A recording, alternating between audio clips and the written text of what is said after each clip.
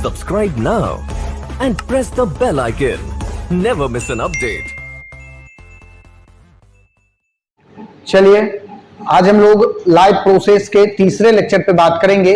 इससे पहले हम लोगों ने दो लेक्चर्स को कवर किया है, जिसमें हम लोगों ने ऑटोट्रॉप्स, ऑटोट्रॉपिक ऑर्गेनिज्म और ऑटोट्रॉपिक मोड ऑफ न्यूट्रिशन के बारे में चर्चा किया।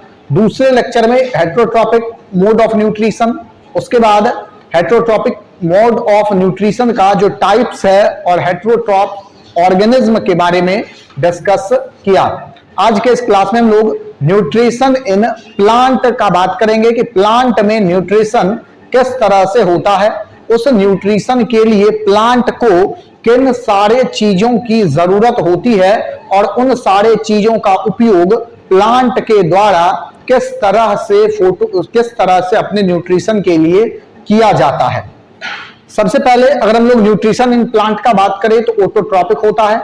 आगे बढ़ेंगे उससे पहले अगर आप चैनल पे नए हैं तो चैनल को लाइक, शेयर और सब्सक्राइब जरूर करिए ताकि आगे आने वाले वीडियो का नोटिफिकेशन आपको मिलता रहे।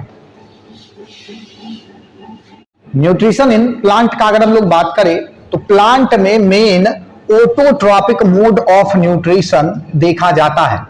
ऑटोट्रॉपिक मोड ऑफ न्यूट्रिशन देखा जाता है।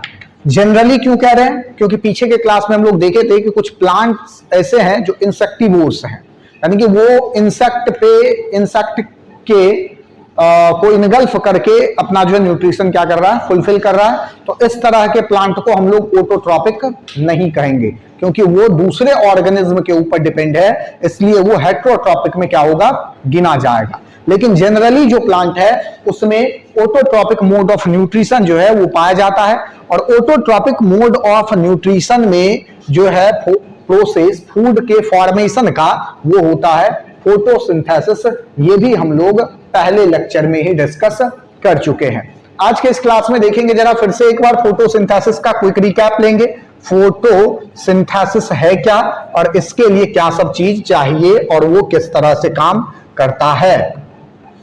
फोटोसिंथेसिस ऐसा प्रोसेस जिसमें कोई भी प्लांट जिसमें भी autotrophic mode of nutrition present है, वहां पर वो प्लांट क्या करेगा कि एनवायरमेंट से CO2 को एब्जॉर्ब करेगा, अर्थ से जो है H2O प्लस मिनरल्स को क्या करता है, इसी वाटर में यानी कि इसी H2O में जो है मिनरल्स क्या है, सॉल्यूबल है, घुला हुआ है।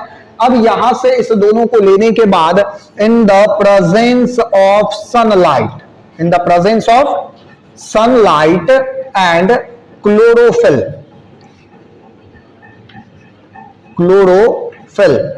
in the presence of sunlight and chlorophyll, CO2 and H2O change into C6H12O6 means carbohydrate या फिर आप इसको ग्लूकोज भी कह सकते हैं। कार्बोहाइड्रेट कहिए या फिर ग्लूकोज कहिए। और इसके ही साथ में जो है हम लोगों को कुछ एनर्जी और साथ में बाय प्रोडक्ट के फॉर्म में O2 जो है वो क्या होता है, मिलता है। पीछे के क्लास में हम लोग डिस्कस कर चुके हैं कि प्लांट के लिए O2 यानी कि ऑक्सीजन जो है ये क्या है, ये बाय प्रोडक्ट है। इस ऑक्सीजन का जरूरत इस प्लांट को नहीं है, इसलिए वो क्या कर रहा है, बाहर कर दे रहा है उसको। बात समझ गए? यूज है उसको CO2 का और हम लोगों को यूज है O2 का। तो एक्सचेंज ऑफ जो गैसेस है O2 एंड CO2 वो चल रहा है। अब एक बात और ध्यान देंगे कि प्लांट में इस CO2 का जो एब्जॉर्प्शन है वो कौन करता है, तो लीफ। ये भी आपसे ऑब्जेक्टिव पूछा जा सकता है। लीफ करता है और लीफ पर प्रेजेंट स्टोमाटा, लीफ पर जो स्मॉल जो होल प्रेजेंट है उसी को हम लोग क्या कहेंगे, स्टोमाटा। वही जो है एयर एक्सचेंज, वाटर लॉस, इन सारे चीजों को करता है। बात समझ गए? चलिए, तो यहां पर आप देख चुके हैं कि फोटोसिंथेसिस में हम लोगों को चाहिए क्या और वो किस तरह से काम करेगा, इसको अब देखेंगे। तो सबसे पहला अगर हम लोग बात कर ले CO2 का, यानी कि हम लोग इस तरह से लिख लेते हैं raw material of for photosynthesis. Raw material मतलब समझते हैं कच्चा पदार्थ, raw material for photosynthesis. Photosynthesis के लिए रॉ मटेरियल जो है वो क्या क्या है? तो हम लोग को मिल गया CO2, H2O, सनलाइट और क्लोरोफिल। तो सबसे पहला हम लोग लिख लेते हैं CO2, दूसरे नंबर में लिखेंगे H2O, तीसरे नंबर में लिखेंगे हम लोग सनलाइट, और इसके बाद नंबर 4 में लिखेंगे क्या? क्लोरोफिल। अच्छा, एक बात बताइए जरा कि क्या जैसे जितना सनलाइट, जो भी इसको मापने के बाद जो भी इसका रेडिएशन निकल रहा है सनलाइट का, उतना रेडिएशन अगर हम लोग आर्टिफिशियल डाले प्लांट पे तो क्या फोटोसिंथेसिस होगा? नहीं। क्यों? आर्टिफिशियल लाइट अगर डाला जाए सनलाइट पे, प्लांट पे, तो क्या फोटोसिंथेसिस संभव है? तो जवाब क्या होगा? नहीं, क्योंकि इतना रेडिएशन का आर्टिफिशियल जो लाइट है वो उसको एक्टिव तो कर देगा, लेकिन जितना चीज उसको चाहिए वहां से, वो उसको वहां से नहीं मिलने वाला है। बात समझ गए? तो इसलिए यहां पर क्या होगा कि रॉ मटेरियल में जो है ये सनलाइट ही चाहिए, अगर दूसरा ऐसा नहीं कि हम लोग डाल देते दूसरा सारा कोई भी लाइट, तो हमारा जो प्लांट है वो फोटोसिंथेसिस के प्रोसेस में आगे बढ़ जाएगा, ऐसा बिल्कुल भी नहीं होगा। चलिए बढ़ते आगे। इसके बाद और देख लेते हैं हम लोग कि how the plant obtain CO2। Number 1 में हमारा क्या है? CO2 ही है। CO2 कहां से ले रहा है? सोर्स क्या है CO2 का? सोर्स ऑफ CO2 बताओ। एनवायरमेंट, सोर्स है एनवायरमेंट, एयर में है जी। सोर्स ऑफ CO2 क्या है इसके लिए? एयर। एयर से जो है वो क्या किया? अब CO2 गैस को एब्जॉर्ब करेगा। अब इस काम को, इस वर्क को कौन कर रहा है? एयर को एब्जॉर्ब करने का काम कौन कर रहा है? स्टोमाटा। ठीक है, कौन कर रहा है? स्टोमाटा। ध्यान देंगे जरा, स्टोमाटा का स्ट्रक्चर देखेंगे और किस तरह से ये काम कर रहा है ये समझिए। There are large number of teeny pores called stomata on the surface of leaves of plant. The green plant take carbon dioxide from air for photosynthesis. The carbon dioxide gas enters the leaf of the plant through the stomata present on their surface. Each stomatal pore is surrounded by pair of guard cell. The opening and closing of stomatal pore is controlled by the guard cell. देखिए जरा सा इसका जो है आप structure देखेंगे कि जो स्टोमाटा है वो कैसा है और वो किस तरह से कंट्रोल हो रहा है। चलिए यहां देखिए कि अगर हम लोग मान लेते हैं कि ये एक रहा लीफ, एक स्टोमाटा का जो है हम लोग निकाल लिए लीफ से, तो इतना बड़ा होता नहीं है। बात समझ गए ना? ऐसा नहीं लग रहा इतना ही बड़ा होता होगा, इतना बड़ा नहीं होता, केवल हम लोग क्या किए हैं, इसको निकाल लिए। अब देखिए जरा कि अगर हम लोग इसमें स्टोमाटा, ये एक स्टोमाटा निकला, अब इसके गार्ड सेल का अगर हम लोग बात करें तो वो गार्ड सेल कुछ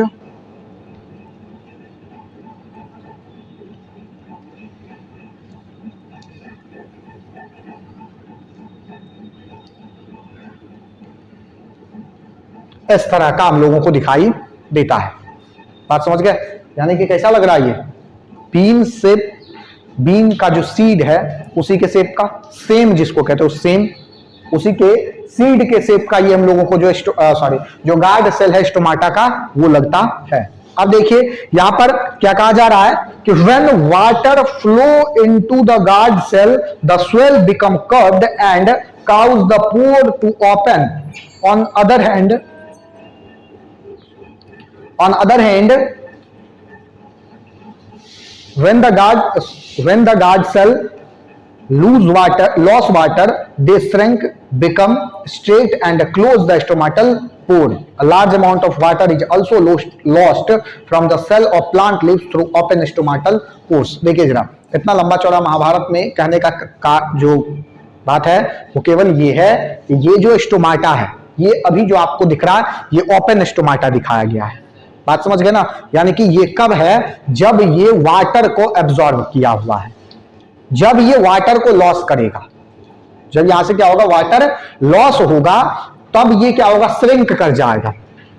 अब देखिए हम लोग ये पहले से ही जान रहे हैं कि जो हमारा प्लांट है वो क्या कर रहा है, वो जो है कोई भी प्लांट जो है वो अपने पूरे लाइफ स्पेन में केवल 3% वाटर का यूज करता है।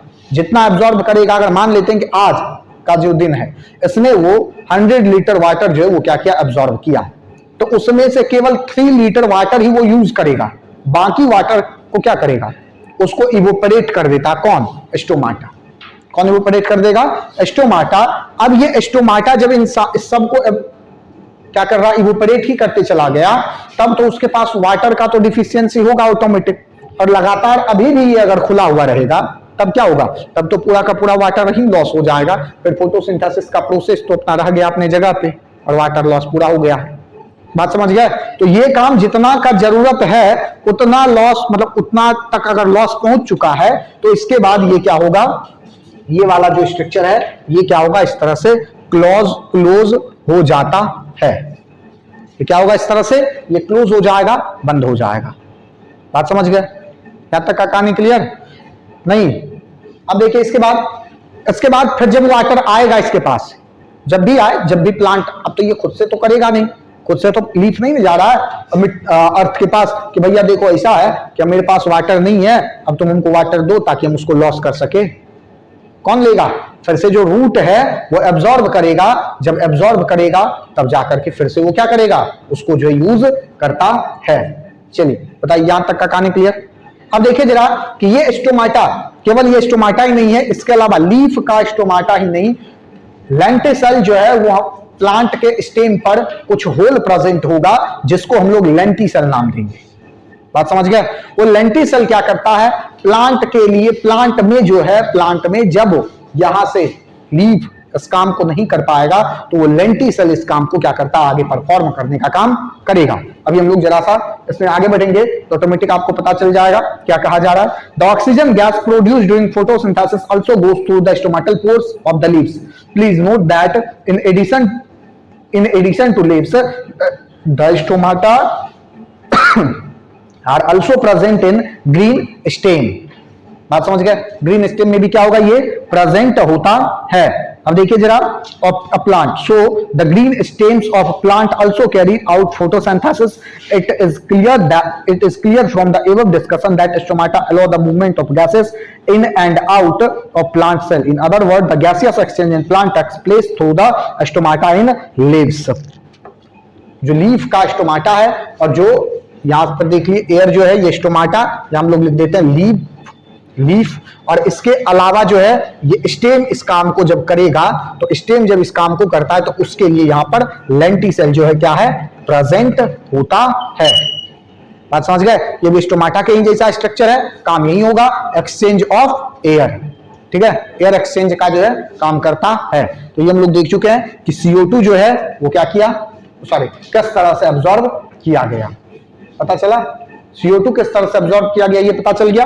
अब देखिए जरा कि CO2 का यूज कहां कर रहा है, तो यूज तो यही से पता चल रहा है कि सर ये CO2 और H2O मिलकर के ही ये क्या कर रहा है, कार्बोहाइड्रेट यानी कि ग्लूकोज का फॉर्मेशन करवा रहा है। बात समझ गए? बढ़िया, आगे चलिए। अब देखिए जरा CO2 जो है ये कंपलसरी है, हम लोग कुछ एक्सपेरिमेंट के थ्रू जो है इसको समझ सकते हैं, इसको समझेंगे, लेकिन हम लोग जो है एक ही साथ सारा एक्सपेरिमेंट जो है, सारा experiment how the CO2 is essential for photosynthesis, chlorophyll, sunlight और इसके बाद H2O, ये सारा किस तरह से एसेंशियल है, सारा एक ही सीरीज में हम लोग जो है टोटल बात को समझ लेंगे, लेकिन अभी फिलहाल में इस एक्सपेरिमेंट को हम लोग यहां पर नहीं करेंगे। बात समझ गए? चलिए आगे बढ़ेंगे यहां से। how the plant obtain water for photosynthesis, ये देख लीजिए क्या, CO2, अब क्या हमारे पास, अब वाटर, दूसरे नंबर में क्या है, वाटर। सनलाइट और क्लोरोफिल जो है ये रॉ मटेरियल है, लेकिन यहां पर क्या, क्लोरोफिल को एब्जॉर्ब थोड़ी ना करेगा, नहीं ना करेगा, और सनलाइट का कोई सोर्स तो एक ही है, अल्टीमेट सोर्स क्या, सन। अरे बोलो, तो यहां पर सनलाइट का सोर्स एक ही है, सन। चलिए अब देखिए जरा, सन मतलब दूसरा भी चीज होता है बेटा, तो ये कौन सा सन है, देख ही रहे हो, यू वाला, CUN, हाँ UN। चलिए आगे बढ़िए। इसके बाद क्या है H2O यानी कि वाटर। वाटर कौन एब्जॉर्ब कर रहा है? देखिए जरा, वाटर का एब्जॉर्प्शन कौन करता है? वाटर का एब्जॉर्प्शन कौन करता है? अरे बोलो। वाटर का एब्जॉर्प्शन जो है फोटोसिंथेसिस के लिए कौन करता है? रूट। रूट में कौन?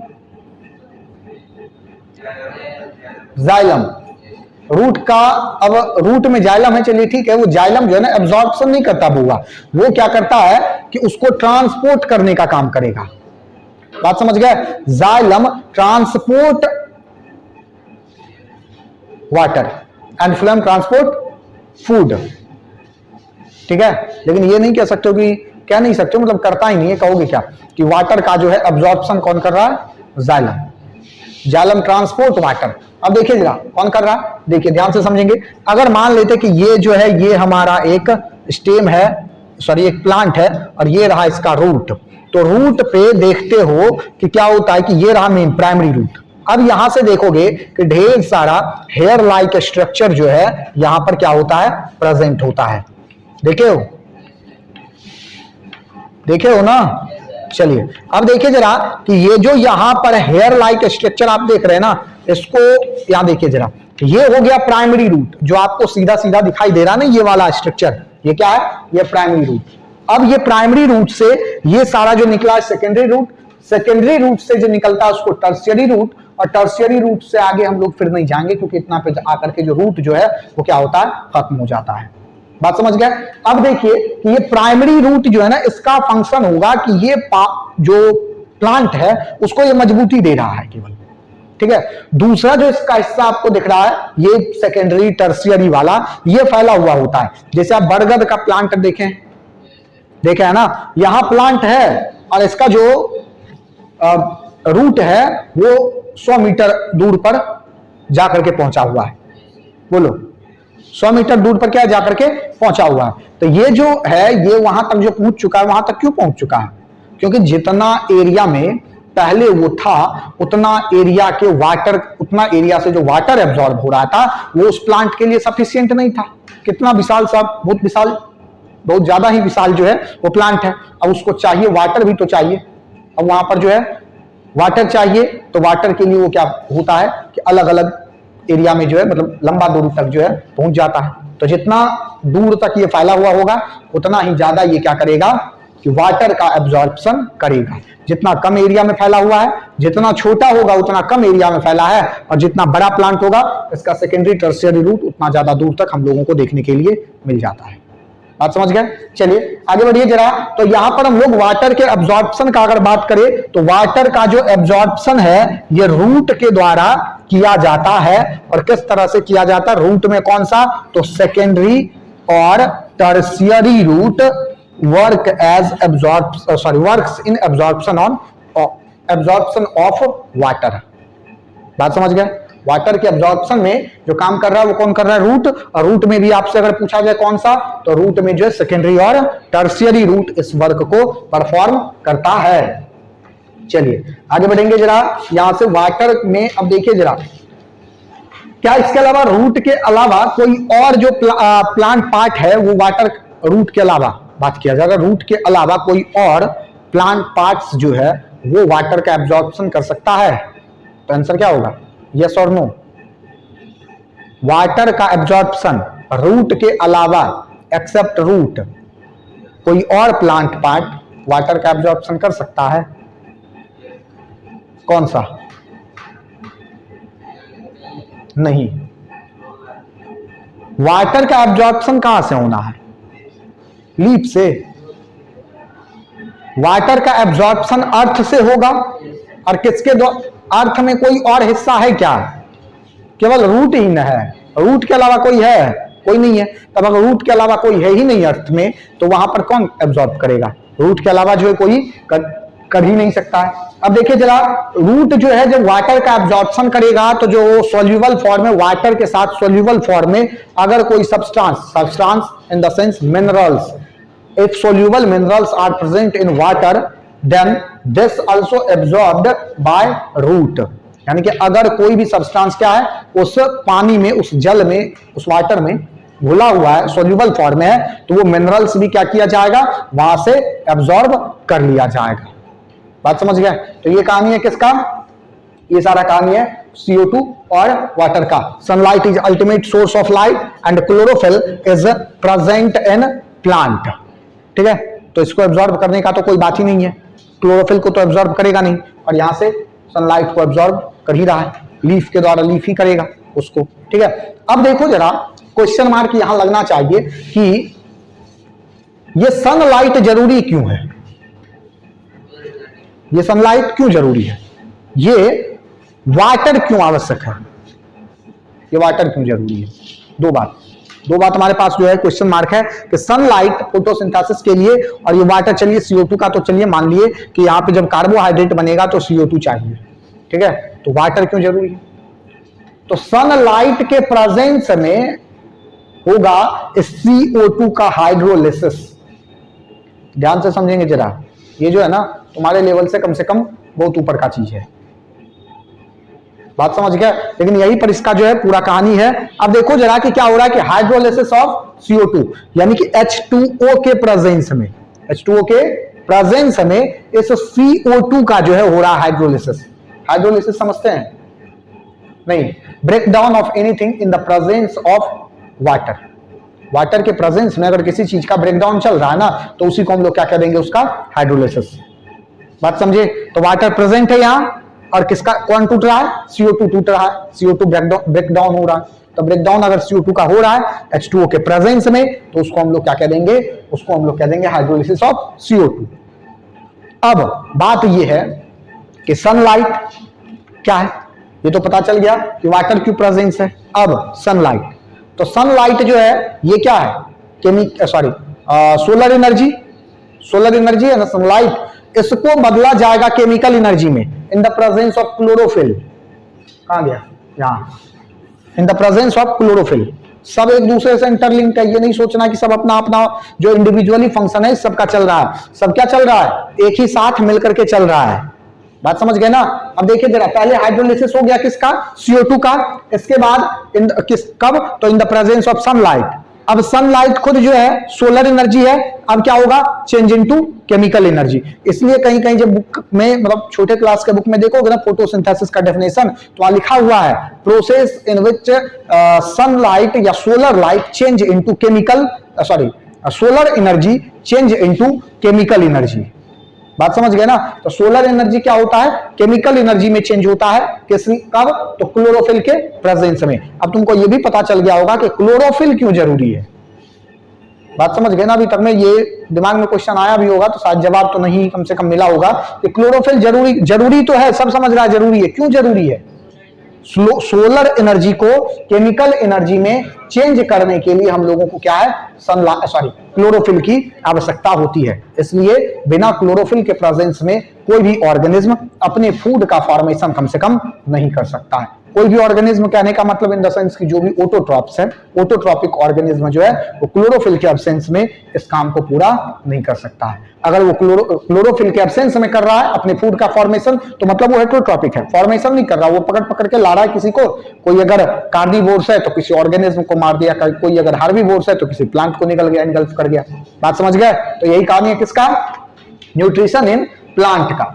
आगे बढ़ेंगे, न्यूट्रिशन इन प्लांट से आगे बढ़ेंगे, और हमारे पास अब जो अगला टॉपिक है वो है nutrition in animal. Nutrition in animal, अगला हमारा टॉपिक है न्यूट्रिशन इन एनिमल, कि एनिमल में न्यूट्रिशन किस तरह से होता है। चलिए, न्यूट्रिशन इन एनिमल का बात हम लोग आगे आने वाले क्लास में यानी कि लेक्चर 4 में करेंगे। आज के सभा को यहीं पर खत्म करेंगे, मिलते हैं आगे आने वाले लेक्चर में। तब तक के लिए जय हिंद, जय भारत।